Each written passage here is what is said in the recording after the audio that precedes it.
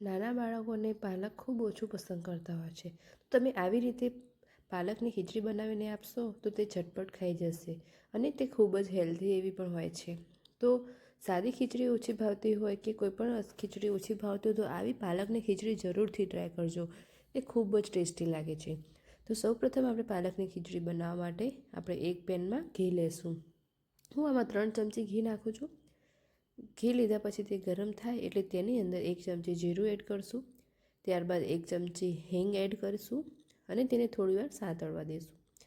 ત્યાર પછી તેની અંદર હું આદું, મરચાં અને લસણની ખાંડીને રાખ્યા હતા તે એડ કરીશ. તેને થોડીવાર સાંતળવા દઈશ. ત્યાર પછી તેની અંદર હું લીલી હળદર પણ ખાંડીને રાખી હતી. હળદર પાવડરની જગ્યાએ લીલી હળદર શિયાળામાં યુઝ કરવાથી તે શરીર માટે ખૂબ જ હેલ્ધી ગણાય છે.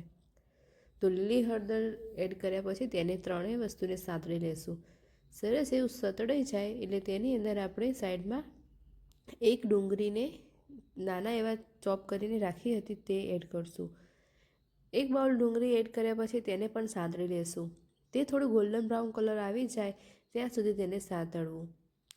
ત્યારબાદ તેના અંદર હું આમાં તમારે ઘરમાં કોઈ પણ વેજીટેબલ પડ્યા હોય બધા જ વેજીટેબલ તમે આ ખીચડીમાં યુઝ કરી શકો છો. તો અડધું એવું કેપ્સિકમ યુઝ કર્યું છે હું આમાં. ત્યાર પછી 1 ટમાટર ચોપ કરીને રાખ્યું છે અને 1 ગાજર નાના એવા ચોપ કરીને રાખ્યું છે. એ બધા જ એડ કરી ત્યાર પછી સ્વાદ અનુસાર મીઠું એડ કરશું અને 1 ચમચી ધાણા જીરું પાવડર એડ કરશું. ત્યારબાદ કાશ્મીરી લાલ મરચું પાવડર 1 ચમચી એડ કરશું. એ તમારે જે રીતે તીખાશ જોતી હોય એ રીતે એડ કરવું. અને આમાં હું લીલી હળદર યુઝ કર્યું છે એટલા માટે હળદી પાવડર યુઝ નહીં કરું. આ બધું જ સારી રીતે મિક્સ થઈ જાય એટલે તેની અંદર આપણે પાલકને નાની એવી ચોપ કરીને રાખ્યા હતા અને ધોઈને રાખ્યું હતું એ પાલકને એડ કરી લઈશું. પાલક થોડીવાર સતળાઈ જાય તે આમ ફૂલેલી હોય એવી દેખાતી હોય છે પણ થોડી સતળાશે એટલે સાવ ઓછી થઈ જશે. 2-5 મિનિટ સુધી તેને ઢાંકીને ચડવા દેશું. પાલક સરસ એવી ચડી જાય એટલે તેના અંદર આપણે ખીચડીમાં ચોખા અને મૂંગ દાળ, તમે એની અંદર ચણાની દાળ પણ થોડીક એડ કરી શકો છો અને થોડીક તુવેરની દાળ પણ એડ કરી શકો છો. આ બધી જ ખીચડી ધોઈ અને એને એડ કરી દેવાની.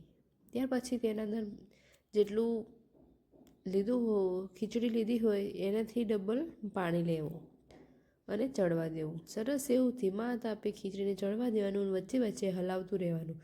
જ્યારે ખીચડી ચડી જવા આવ્યું એટલે એની ઉપરથી 2 ચમચી ઘી એડ કરી અને સરસ એવું હલાવીને તમે સર્વ કરી શકો છો અને તેના ઉપર થોડુંક એવા કોથમીર એડ કરી દેવી.